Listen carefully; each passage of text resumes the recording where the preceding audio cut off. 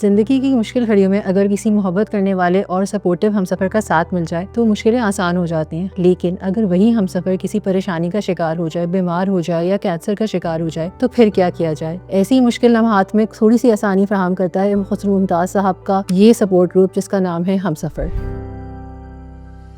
یہ ہمسفر جو ہے کینسر سپورٹ گروپ ہے۔ ہم نے اس کی بنیاد ڈالی جب میری وائف گزری after 12 years of suffering from brain tumour. تو اس کے بعد جو سارا ایک لمبا عرصہ تھا 12 سال کا، تو اس میں نے محسوس کیا کہ ایک سپورٹ گروپ کی ضرورت ہے پاکستان میں۔ ہم نے زیادہ تر علاج جو کروایا تھا وہ لنڈن میں کرایا تھا، بیکاز میری وائف جو تھیں وہ برٹش تھیں۔ اس میں پھر میں نے دیکھا تھا کہ ہسپتالوں میں یہ پوسٹرز لگے ہوتے تھے کینسر سپورٹ گروپس کے، فار دا پیشنٹس اینڈ ان کی فیملیز۔ تو اس میں پھر یہ میرے دماغ میں بات بیٹھ گئی۔ تو پھر جب یہاں پہ اینڈ میں کووڈ کا زمانہ تھا، ہم جا نہیں سکے، تو پھر جو آخر کے دن تھے، آخر کا سال 1.5 سال جو بھی تھا، وہ پھر سارا یہیں کچھ ہوا۔ تو اس وقت مجھے خود بہت محسوس ہوا کہ مجھے ضرورت ہے سپورٹ کی، کوئی ایسی جگہ ہونی چاہیے جہاں پہ میں جا کر دل کی بات کر سکوں۔ اور یہ اس وقت کی بات ہے جب میں کسی کے ساتھ شیئر بھی نہیں کر سکتا تھا، اس لیے کیونکہ ابھی اس وقت بھی انفارمیشن آ رہی تھی کہ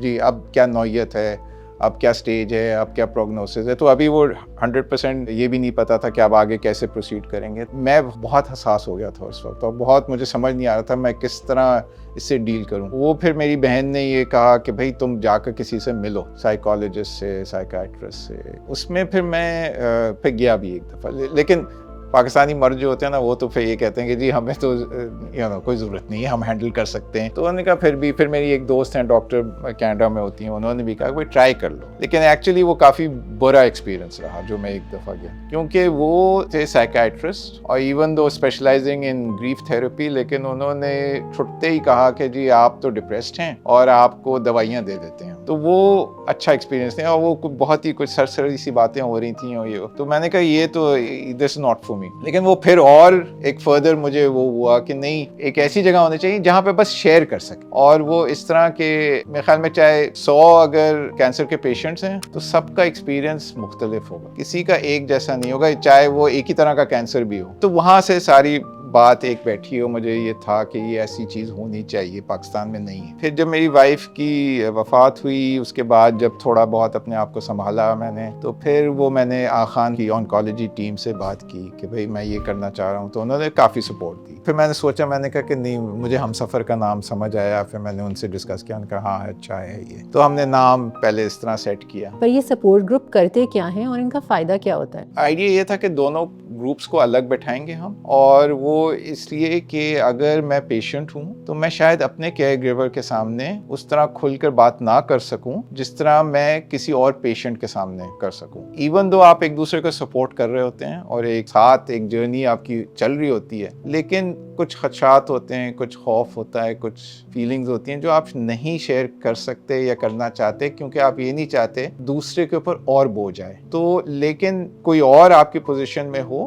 اس کے ساتھ مطلب کچھ شیئر کر سکیں گے آپ۔ پینل پہ کوئی 17-18 ہمارے تھراپسٹ ہیں جو اپنا ٹائم والنٹیئر کرتے ہیں۔ یہ تھراپی سیشنز نہیں ہوتے ہیں ہمارے ہم سفر کے جو تھراپسٹ ہوتے ہیں، یہ صرف ہیں موجود اس لیے کہ وہ چیزوں کو صحیح راستے پہ رکھیں۔ تو ان سیشنز کے کچھ رولز بھی ہوتے ہوں گے؟ جو رولز ہم لوگوں کو کہتے ہیں کہ ایک تو یہ ہے کہ کوئی یہ نہ کسی سے کہے کہ بھئی یہ آپ نے غلط کیا، یہ صحیح کیا، کیونکہ ہم لوگ کو بہت عادت ہے پاکستان میں، خاص طور پہ میرے خیال میں ہمارے کلچر میں ایک یہ تو بہت اچھی بات ہے، سپورٹ کرنے کے لیے ہم موجود ہوتے ہیں ایک دوسرے کے لیے، لیکن ہمیں بہت دفعہ اپنی حدود کا نہیں پتہ ہوتا۔ وہ یہ ہوتا ہے کہ جی پھر ہم ضرور ایڈوائس دینا چاہتے ہیں، چاہے کسی نے مانگی یا نہیں مانگی، تو وہ ضرور کہیں گے، جس طرح مجھ سے کہا گیا کہ آپ انگلستان کیوں لے جا رہے ہیں، آپ امریکہ لے جائیں۔ تو اس طرح کی چیزیں ہوتی ہیں، تو سب کے ایکسپیرینسز الگ ہوتے ہیں، لیکن شیئر کر سکتے ہیں آپ۔ اسی طرح ہم کہتے ہیں کہ جی آپ میڈیکل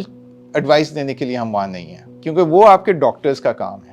آپ کو کوئی میڈیکل ایشوز جو ڈسکس کرنے آپ اپنے ڈاکٹرز سے کریں۔ تو اگین ہمیں باؤنڈری رکھنی پڑتی ہے، کیونکہ بہت سارے لوگ اپنی طرف سے ایڈوائس دینا شروع کرتے ہیں میڈیکل، تو وہ بھی ہمیں ایک حد تک کنٹرول کرنا پڑتا ہے۔ پھر ہم یہ کہتے ہیں کہ جی جو بات وہاں ڈسکس ہوگی ہم سفر کے کسی سیشن میں، وہ اس کمرے سے باہر نہیں جائے، تو وہ ہم لوگوں کو اشور کرتے ہیں کہ جی آپ ایک سیف جگہ ہیں، تو آپ جو چاہیں آپ بات کریں. یہ اس طرح کے ہم رول سیٹ کرتے ہیں, اور ایک نیوٹرل پارٹی جو تھراپسٹ جو ہیں اور تھوڑے بہت جو ٹرینڈ ہیں, تو وہ ان کا رول یہ ہے کہ جی وہ رولز کے اندر ہم لوگ اپنے سیشنز کریں. تو وہ دونوں گروپس ملتے ہیں, دونوں گروپس میں ایک تھراپسٹ کم از کم ہوتا ہے. یا اٹ ٹوٹلی میکس سینس. جب کچھ لوگ شاید اپنا غم آپس میں بانٹتے ہوں گے تو یہ غم ہلکا ہو جاتا ہوگا. موونگ ایپیسوڈز ہوئے ہیں کہ ینگ بچی تھی, تو وہ یونیورسٹی میں ان کے فادر کو کینسر ہوا تھا, تو وہ اللہ کا شکر وہ ریکور کر گئے تھے. تو وہ کچھ اپنے لیے ریسرچ پیپر کر رہی تھیں, تھیسس.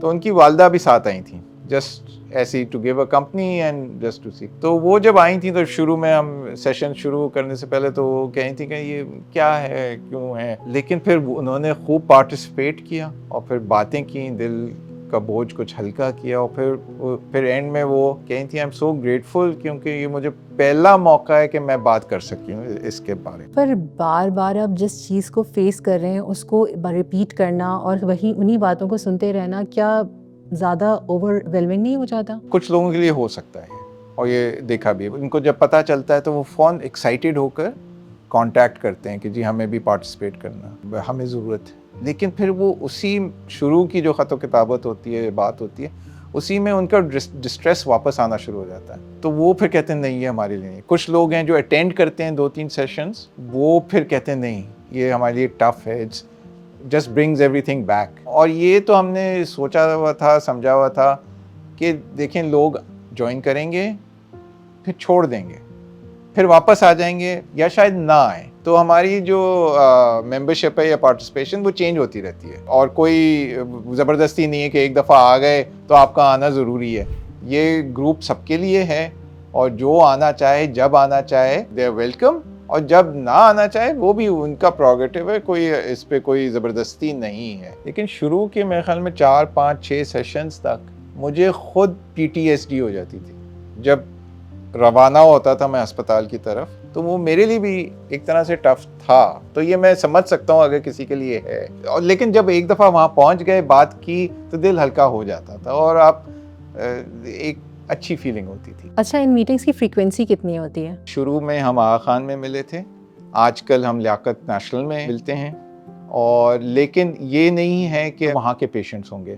پیشنٹس شہر سے کہیں سے بھی آ سکتے ہیں, کوئی بھی ہسپتال ہو. عام طور پہ ہر مہینے کے آخری ہفتے کے دن, یعنی سیٹرڈے کو, جو آخری سیٹرڈے پڑتا ہے, اس میں ملتے ہیں 3 سے 5 بجے. اب ہم نے بیچ میں اب آن لائن سیشنز بھی شروع کر دیے ہیں. ان کی کوئی وہ نہیں ہے سیٹ ٹائم یا شیڈیول, وہ نیڈ کی بیسڈ ہے, لیکن اس کو ہم ذرا ایکسپینڈ کرنا چاہ رہے ہیں. اچھا, اس کا فارمیٹ کیا ہوتا ہے؟ یہ میٹنگز کس طرح سے کیری آؤٹ ہوتی ہیں؟ تو جنرلی ہم سرکل میں بیٹھتے ہیں, پھر ہم ایک راؤنڈ لیتے ہیں کہ بس صرف اپنا نام بتا دیں اور یہ بتا دیں کہ آپ کیوں آئیں. سو فار انسٹنس اگر میں ہوں تو میں کہوں گا کہ جی میری وائف گزر گئی تھیں تو اس لیے, اور ہم سفر سٹارٹ کیا تو میں اس لیے ہوں. اسی طرح پھر اس کے بعد فلور از اوپن, اور پھر جس طرح ہم نے کہا کہ لوگوں کو انٹرپٹ نہ کریں, آپ سن لیں بات, اگر کوئی ایڈوائس پوچھ رہا ہے تو پھر آپ ضرور بولیں. تو اس طرح پھر بات وہ چلتی ہے. اچھا, یہ سیشنز جو ہیں ان کی کوئی کاسٹ ہوتی ہے یا فری آف کاسٹ ہوتے ہیں؟ ٹوٹلی فری, زیرو, نو فی, نو منی, نو نتھنگ.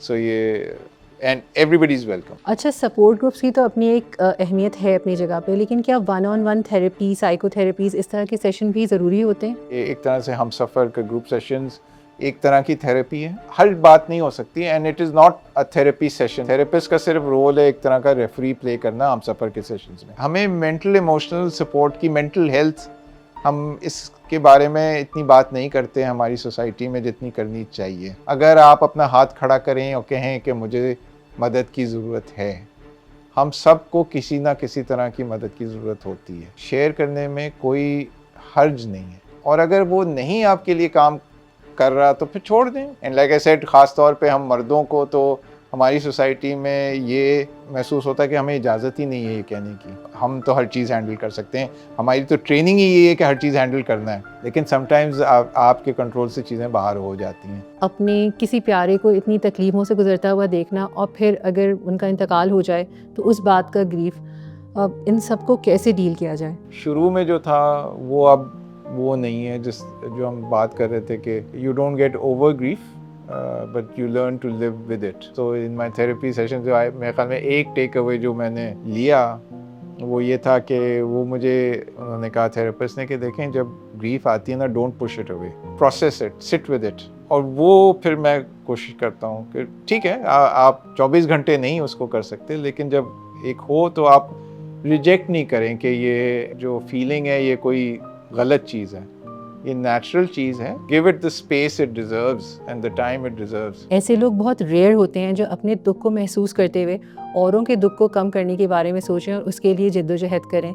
یہ قابل تحسین ہے. یہ جو ایک طرح سے ہم سفر بھی جو ایک ہے، کسی نے کہا وہ 5 stages آف گریف کی بات ہوتی ہے، تو کسی نے کہا تھا کہ ایک 6 stage بھی ہوتا ہے، پرپس.